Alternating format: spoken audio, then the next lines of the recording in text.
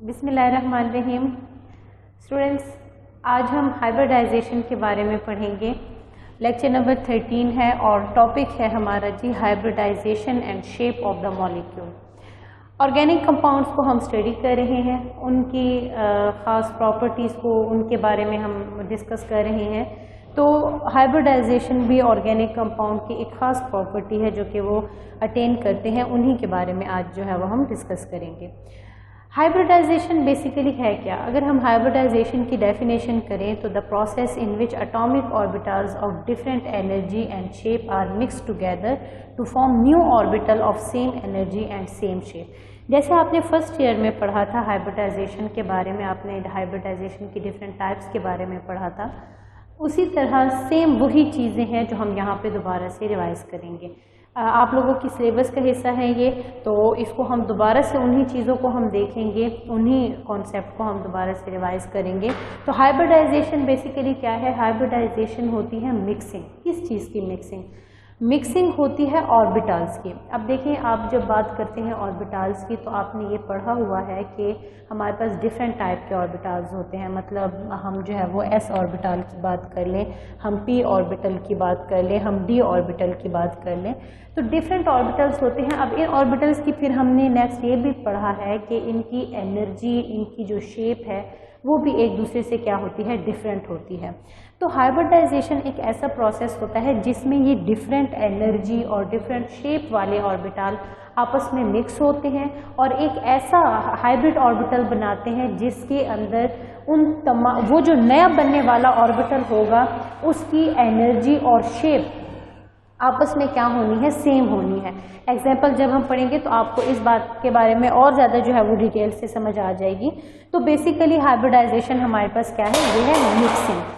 अच्छा जी, अब इसके अंदर अगर हम देखें कि जो हाइब्रिडाइजेशन है उसके अंदर अगर हम देखें कि ये होती क्यों है बेसिकली, मतलब ऐसी क्या वजह है जो कि हाइब्रिडाइजेशन का प्रोसेस डिस्कस कर रहे हैं हम, या फिर हाइब्रिडाइजेशन का जो कॉन्सेप्ट है वो दिया गया। एक साइंटिस्ट था पॉलिंग, जिसने ये हाइब्रिडाइजेशन का कॉन्सेप्ट दिया था। तो ये बेसिकली इस वजह से था क्योंकि आपने वीबीटी पढ़ी है फर्स्ट ईयर में, तो वीबीटी के अंदर जो है वो कुछ लिमिटेशंस आ रही थी। अब वो क्या लिमिटेशन थी कि वीबीटी के अकॉर्डिंग वीबीटी ये कहता है कि कोई भी एटम है उसके अंदर जितने अनपेयर्ड इलेक्ट्रॉन होंगे वो उतने बॉन्ड बनाएगा। ठीक हो गया।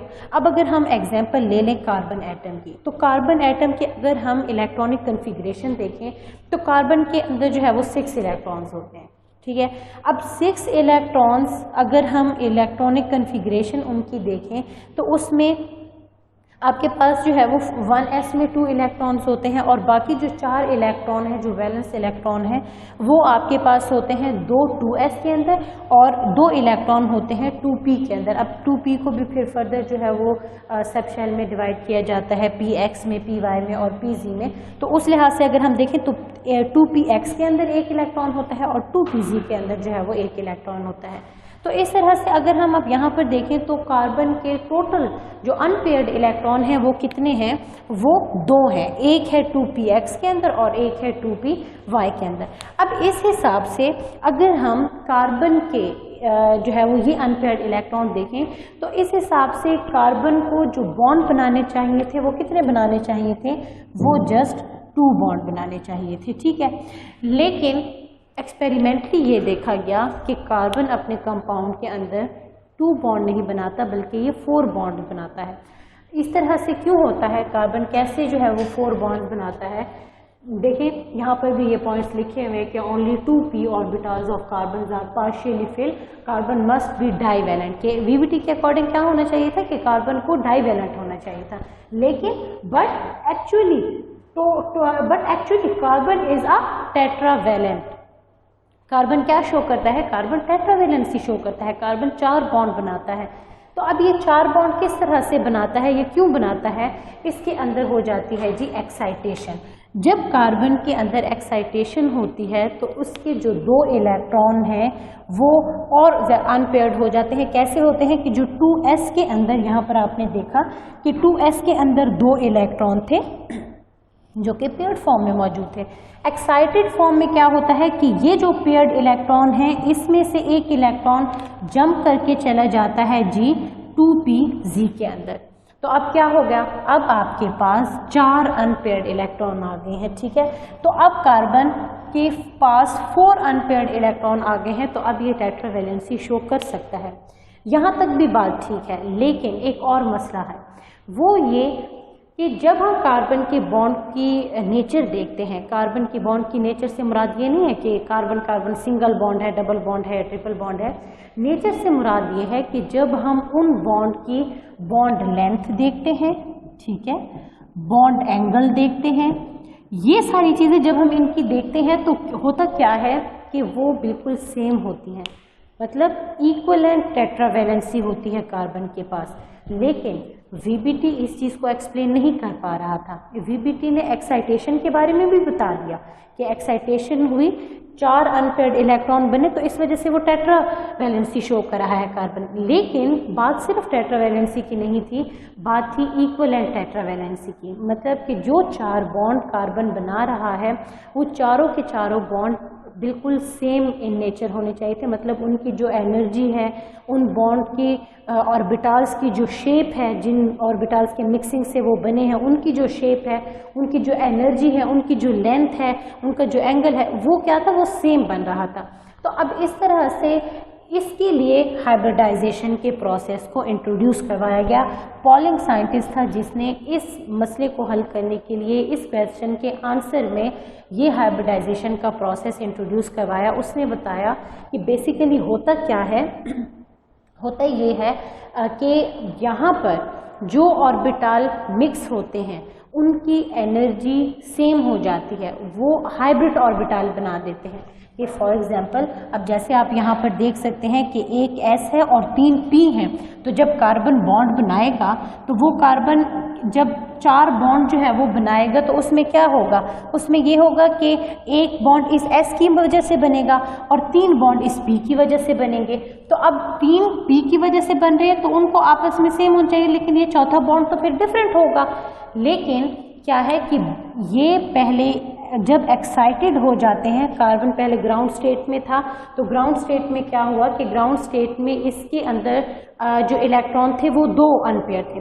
फिर इसकी एक्साइटेशन हुई, एक्साइटेशन से क्या हुआ कि इसके जो अनपेयर्ड इलेक्ट्रॉन हैं वो 4 हो गए, ठीक है। फिर उसके बाद इसकी जो है वो हाइब्रिडाइजेशन होगी, हाइब्रिड ऑर्बिटल बनेंगे।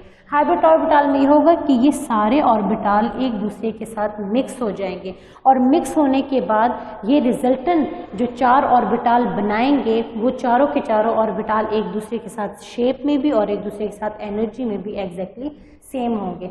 हम हाइब्रिडाइजेशन की एक टाइप के बारे में पढ़ लेते हैं, sp3 हाइब्रिडाइजेशन के बारे में, तो आपको ये चीज़ें जो है वो और ज़्यादा क्लियर हो जाएंगी। हम इसी कार्बन की ही एग्जांपल को आगे लेकर चलते हैं जी। तो हमने हाइब्रिडाइजेशन ये देखा कि मिक्सिंग ऑफ ऑर्बिटल। तो sp3 हाइब्रिडाइजेशन क्या है?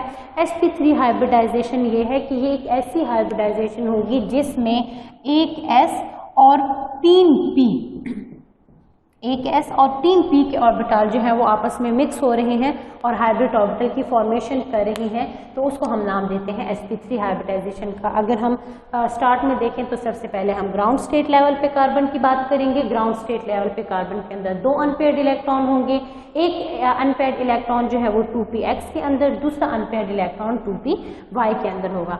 कार्बन की एक्साइटेशन होगी, कार्बन की जब एक्साइटेशन होती है तो एक जो पेयर्ड इलेक्ट्रॉन होते हैं 2s के अंदर, उनमें से एक इलेक्ट्रॉन जंप करके चला जाता है 2pz के अंदर और हमारे पास प्रोड्यूस हो जाते हैं 4 अनपेयर्ड इलेक्ट्रॉन। उसके बाद हाइब्रिड स्टेट आती है और हाइब्रिड स्टेट में क्या होता है कि ये जो एक S और 3 P के ऑर्बिटल आपस में मिक्स हो जाते हैं और उनकी एनर्जी और शेप सेम हो जाती है। एनर्जी शेप सेम कैसे होती है कि देखें, आपको पता है कि S की एनर्जी थोड़ी कम होती है और P की एनर्जी जो है वो थोड़ी ज़्यादा होती है, लेकिन जब ये हाइब्रिड हो जाएंगे तो इनको हम नाम देंगे, हर ऑर्बिटल को हम नाम देंगे sp3 का।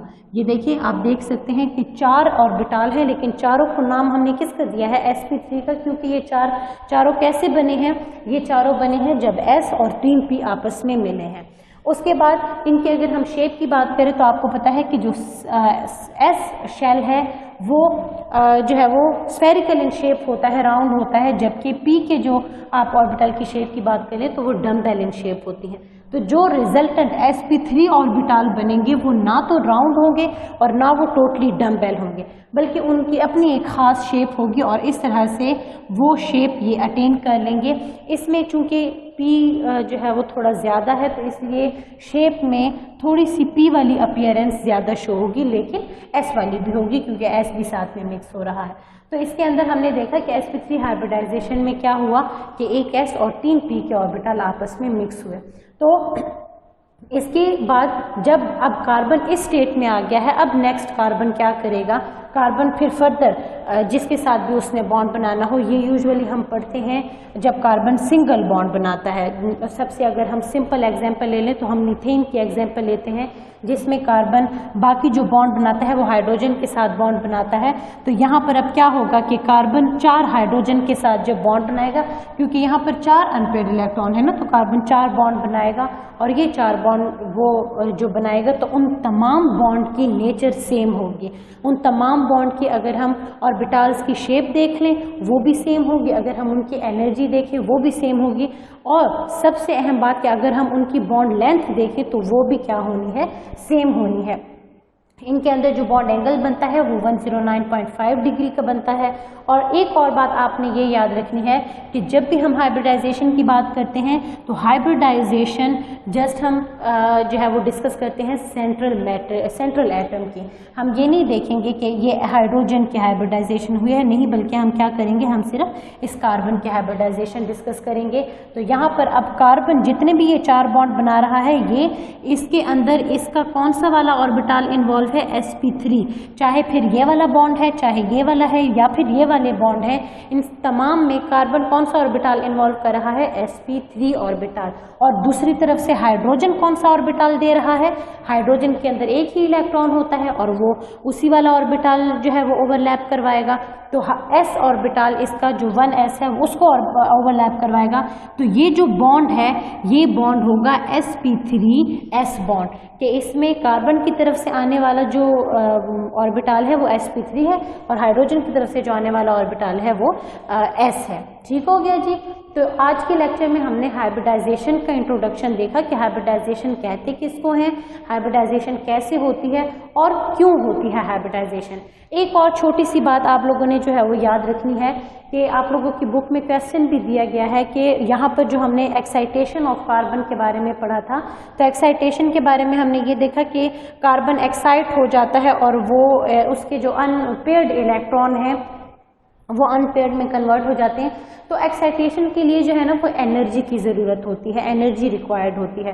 अब एटम के पास, कार्बन के पास वो एनर्जी आती कहाँ से है, तो इसका आंसर ये है कि जब कार्बन बॉन्डिंग शो कर रहा होता है तो उसमें आप देखें जब पहले ग्राउंड स्टेट में वो होता है तो ग्राउंड स्टेट में उसके पास 2 अनपेयर्ड इलेक्ट्रॉन मौजूद हैं, ये इनकी मदद से बॉन्ड बनाएगा। ठीक हो गया जी। जब बॉन्ड बनेगा तो एनर्जी क्या होगी, एनर्जी रिलीज होगी। उस रिलीज एनर्जी को फिर यूज किया जाएगा एक्साइटेशन के लिए और फिर नेक्स्ट 2 बॉन्ड बनेंगे, अब उनसे फिर एनर्जी रिलीज होगी। तो इस तरह से ओवरऑल जब बॉन्डिंग हो रही होती है तो उन्हीं बॉन्डिंग के बनने और जो है वो एक्साइटेशन में वो रिलीज एनर्जी को दोबारा से यूटिलाइज कर दिया जाता है। तो मतलब वो तमाम एनर्जी वहीं पर ही कंपनसेट हो जाती है कि उन्हीं एटम के बॉन्ड बनाने में जो एनर्जी रिलीज हुई उसी को फिर आगे इस्तेमाल कर लिया जाता है। तो आई होप कि आप लोगों को जो है वो लेक्चर की समझ आ गई होगी। That's it.